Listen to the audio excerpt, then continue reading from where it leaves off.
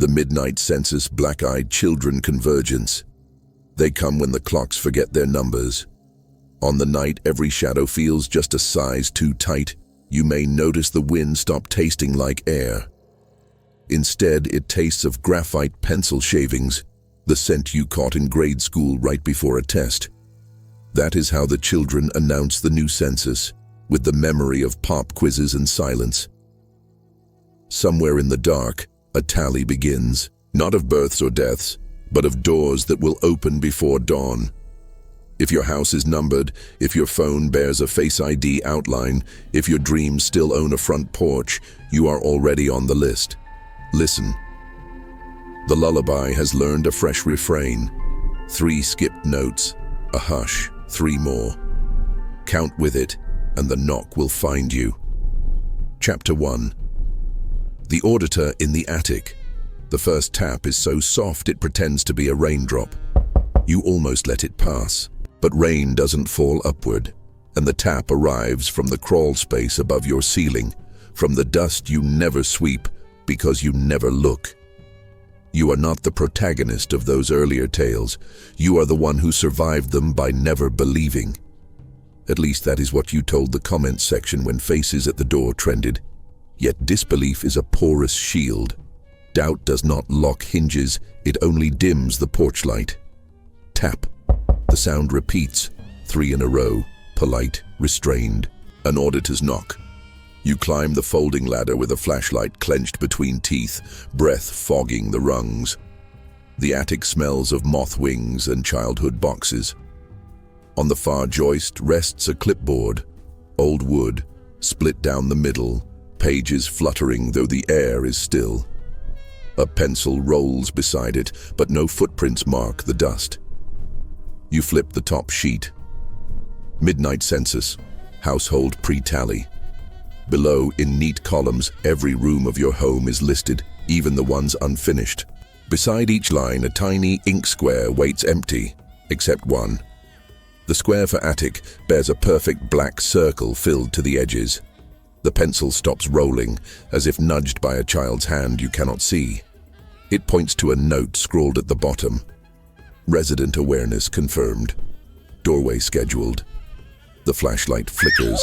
A giggle flutters through rafters. You swing the beam. Catch only insulation and dark. When light steadies, the clipboard lies face down. On its back, someone has sketched a door with no knob, no hinges, only wood grain swirling toward a peephole as black as eclipse. Behind you, 3 taps answer from the front porch below, 1 level down, but too quickly to be footsteps. Gravity returns to your spine. You descend. Halfway the hall lights die. Your phone vibrates. Please verify household occupancy before we proceed. It is a system message from no app you installed. Under the text appears a live feed from your front camera. 2 small silhouettes, heads tilted, eyes cut from the frame by shadow's convenience. Before you think to close the app, a whisper threads through the speaker. Paper thin, eager. May we count you inside or outside? You slam the phone to the floor. Screen webs but does not black out. The feed zooms, framing only the door. The peephole glows like a pupil. Somewhere overhead, the attic door creaks shut on its own. Ink dries, squares fill. The census has begun. Chapter 2. Open ledger, closed streets. Midnight widens into early AM, that sliver of time when even streetlights look unsure of their occupation. You flee the house, clipboard under arm, phone wrapped in foil. Cool mist clings to asphalt. No wind, no insects, only the faint scratch of pencils in the dark. Every porch on Maple Avenue hosts a child-shaped shadow standing perfectly still. Some tap doors, some stare at doorbells that refuse to chime. All hold clipboards fashioned from cardboard and broken screens. Where faces should be, gloom crystallizes into features left blank for later. At the cul-de-sac, a municipal van idles without driver. City logo bleeds static. The back doors gape, revealing crates of census kits, clipboards, sharpened pencils, rolls of "I've been counted," stickers whose ink shimmers oil black. You back away, but tires squeal elsewhere. A delivery drone, one of the new silent models, descends over a porch, drops a manila envelope, ascends. The resident opens their door in dressing gown, yawning. They bend, pick up the envelope. The streetlight above them flickers out. When light returns, the resident is gone. The envelope flutters empty. The door stays ajar, and a "Children at Play" sign now leans against the frame, letters reversed painted in midnight. You run. At the intersection, the traffic lights blink 3 green, pause, 3 green. No cars move. On the sidewalk, chalk arrows guide pedestrians toward the elementary school gym, temporary census station, according to taped signs. You follow the arrows because the only other option is nowhere. Inside the gym, fluorescent lamps stutter. Folding tables form lanes marked A, F, G, L, and so on. Adults shuffle, heads bowed over forms they don't remember receiving. Volunteers in reflective vests herd them gently, smiles fixed like decals. The volunteers' eyes are pit black, yet no one lifts a brow. Over loudspeakers and announcer drones, households will receive 1 knock per unregistered room. Please answer promptly to avoid recount. You tug a stranger's sleeve. Their face swivels, polite. Their eyes mirror void. They speak in 2 voices. One asks for your address. The other hums the 3-note lullaby. You flee toward the bleachers, clipboard clutched like shield. Beneath the benches, children crouch, real children, wide-eyed with terror. Their clipboards are blank. They whisper they hid when volunteers came to their houses. One girl shows a tally mark on her arm, a pencil line drawn by someone else while she slept. "They counted me wrong." She trembles. "They'll come fix it." A sudden cheer erupts near center court. An adult finishes paperwork, receives an "I've been counted" sticker, and collapses into a chair. A volunteer kneels, peels back the sticker. Beneath, the adult's chest reveals a new peephole opening through bone, irisless and watching. Children under the bleachers scream, gym lights pop, plunging room into dim red emergency glow. The census is ahead of schedule. Chapter 3. The Corridor of Misfiled Names. You shepherd the hidden kids through locker rooms, up a stairwell that smells of old bleach and fear. Your phone, still cracked, pulses in pocket. Against reason, you check. The screen displays a map of the school. Each classroom a box, each box filling with black dots, counts. The stair icon flashes, arrows pointing inward as if the app tracks you like lost mail. A voice message autoplays, Claire's voice, though you've never met her. If the audit reaches phase 3, find the misfile cabinet. Wrong names can still be erased. The message ends with coordinates. Wing C, 2nd floor. Hallway C lies abandoned. Lockers gape, their mirrors taped over. Fluorescent tubes overhead are shattered, leaving only the neon exit signs bleed. At corridor end stands a single file cabinet too tall for the ceiling, drawers labeled in children's handwriting. Each drawer handle drips ink that rises like steam. The top drawer slides open on approach. Folders inside bear names crossed out and rewritten in thicker black.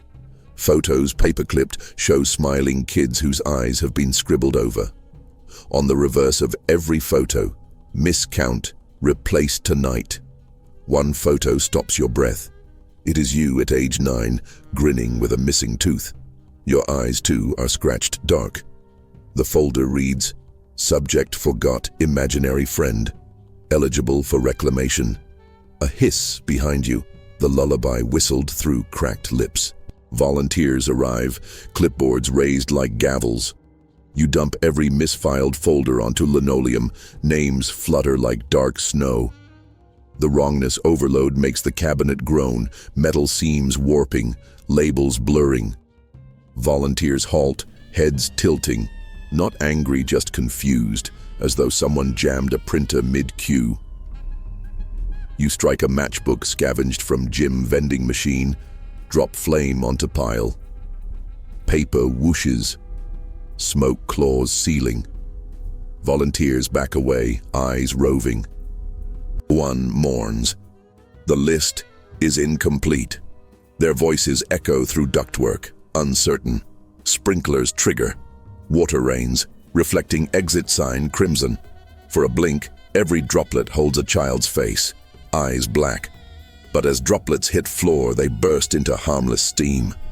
The lullaby falters. You seize chance, lead the real children down service stairs as fire alarm shrieks false heroics. The last glance back shows folders curling to ash. Your childhood photo burns last. Scratch marks peeling, revealing brown eyes beneath before flame devours memory. But you never made it to the bottom stair. The door below opens on its own. Beyond is not basement, but a hallway of identical doors stretching forever, each painted with house numbers in chalk. A sign over archway reads, "Final verification." 3 knocks echo somewhere ahead. Chapter 4. Census Takers Playground. The hallway smells of night-blooming flowers, the kind that trap moths in sweet perfume. Each door bears a small slot. Behind every slot, darkness breathes. On the floor, hopscotch squares are chalked not with numbers but with question marks. The children clutch your coat. One asks where this place is. You answer with honesty, a place that should not be. Down the corridor, a rope hangs from nowhere, swinging slow. On its frayed end dangles a cracked porcelain mask painted with cartoonish wide eyes, the same design from earlier bus incident rumors. It turns with the draft, gazing without gaze, then stills to watch. Clipboard waits your arm. You open it. The sheet now shows citizen helper status, provisional. Beneath, tasks appear in fresh ink. Led 5 uncounted minors to assigned doors, acquire final tallies, sign in black. Ink pen appears clipped at board, warm as skin. You don't have to sign, whispers the eldest child. Footsteps patter behind. A new group approaches. 5 volunteers, but their vests hang loose. No longer volunteers, but something between. Their faces show cracks, spidering from empty sockets. They carry stickers like coins. You raise clipboard like crucifix. The paper text shifts. Helper refuse to comply. Reassign role. The hallway ripples. Every door, knobless door, sprouts a peephole blinking awake. From each, the lullaby spills, now orchestral, a full choir of off-key children counting beyond 3. You see the trap. The census feeds on helpers. Break the chain, starve the count. You snap the clipboard over knee, wood splinters, pages scatter. Volunteers shriek, sound static. Doors tremble, peepholes dilate huge as eclipses. From them emerge small hands, palms outstretched, feeling for purchase. Water still drips from soaked clothes, leaving puddles that mirror ceiling flicker. You drag kids across hopscotch squares, scuffing chalk into confusion. Question marks smear to meaningless swirls. The hallway groans like a throat clearing. At the far end, a single exit sign glows white, uncolored. You sprint. Doors slam open behind, children with black eyes spilling, but their number falters each time a chalk line wipes away. You shove through exit. Outside, you are on the roof of the school, dawn bleeding grey-pink. Real birds sing, no clipboards. But on the horizon, every town across the valley lights up porch lamps in synchronous 3-blink rhythm. Census taken or census pending, you cannot tell. In the rising sun, the black eyes of the children seem less like voids and more like mirrors awaiting new images. The count is not over, only paused. Chapter 5. The Infinite Ledger Room. Dawn might have broken, but the tally keeps its own clock. From the school roof, the valley appears peaceful, yet every porch bulb still pulses 3-beat green. Somewhere below, an engine revs, a school bus commandeered by volunteers hauling new ledgers.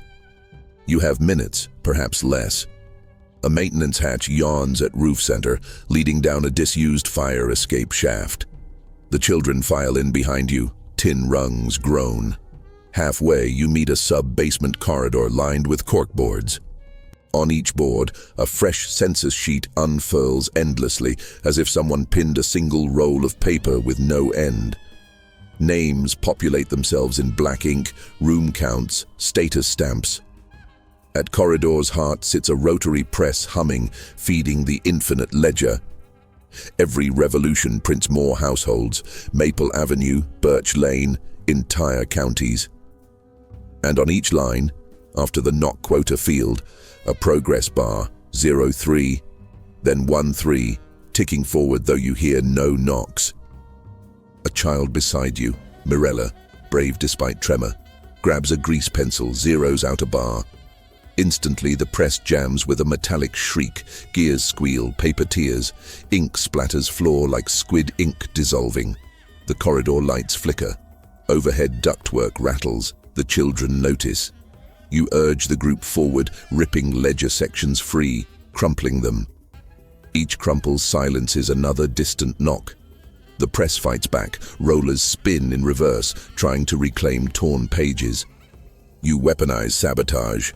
Kids tear, stomp, erase bars. With every ruined sheet, street lamps outside blink back to normal amber. In the distance, a municipal siren finally howls, human response returning. But victory is noisy. A hatch at corridor end slams open. Volunteers pour in, now uniformed like census marshals, eyes black coin slots. They carry staplers that fire solder instead of staples, attempting to mend torn ledgers mid-air. Counts incomplete, they chant. The audit demands arrears. You back toward a service elevator crate full of solvent drums, idea sparks, dissolve ink at source. You tip the first drum, solvent floods floor, carrying sundered pages downstream. Ink bleeds, characters melt, progress bars reset too. The rotary press howls, bearings overheating. Its axle glows cherry. Volunteers slip in solvent, masks cracking. The lullaby returns, now gurgling, as if sung through shredders. You shove final lever. Emergency stop. Press dies. Corridor dims. In that lull, you shepherd children down maintenance stairs toward the municipal tunnels, rumored beneath town. Behind you, the press erupts, rollers bursting free, scatter sheets flutter like burned moths, but print no more names. The tally bleeds blank. Chapter 6, Tunnel of Uncollected Knockers. Municipal steam tunnels snake under suburbia, forgotten arteries once built for district heating. Rusted signage reads, Central Boiler and Storm Culvert. Steam hisses, echoing the hush of chalk scrapes. The children march, single file, hands on shoulders. Pipes sweat condensation, forming mirrors in droplets. You wrap each pipe in cloth strips torn from gym banners, dulling reflections. Halfway, a vent shaft leads up to street level. You peer. Police cruisers roam, porch lights return to normal. But in alley puddles, you spy small silhouettes crouched. Children without clipboards, tracing hopscotch with broken phone glass. Back below, tunnels split. One branch glows blue. You follow and enter a cavernous pump room repurposed as archive. Pallets stacked with metal boxes stamped deferred cases. Boxes hum faint lullabies. Stenciled dates span decades. Mirella opens one. Inside, cassette tapes, floppy disks, SIM cards, all labeled with names you recall from missing person podcasts. The census is older, digital skin over ancient bone. You realize deferred cases are stories left unfinished, open loops. The children harvest them to justify recounts. Plan forms, close loops, starve auditors. You commandeer an old reel-to-reel player, thread first tape, the hiss of a lost kid from 1987 calling home. Over speaker, the voice pleads, cut off mid-sentence. You press record, overwrite ending. I made it back, doors shut, count me safe. The tape clicks, archive box dims, lullaby within fades. Kids grasp idea. They take turns voicing closures for tapes, discs, Each safe pronounced seals another deferred case. Blue glow recedes, pump room warms to normal rust orange.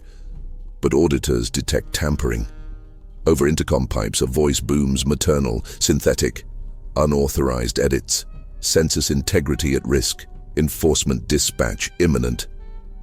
You grab handful of sealed drives, dump them into furnace pit.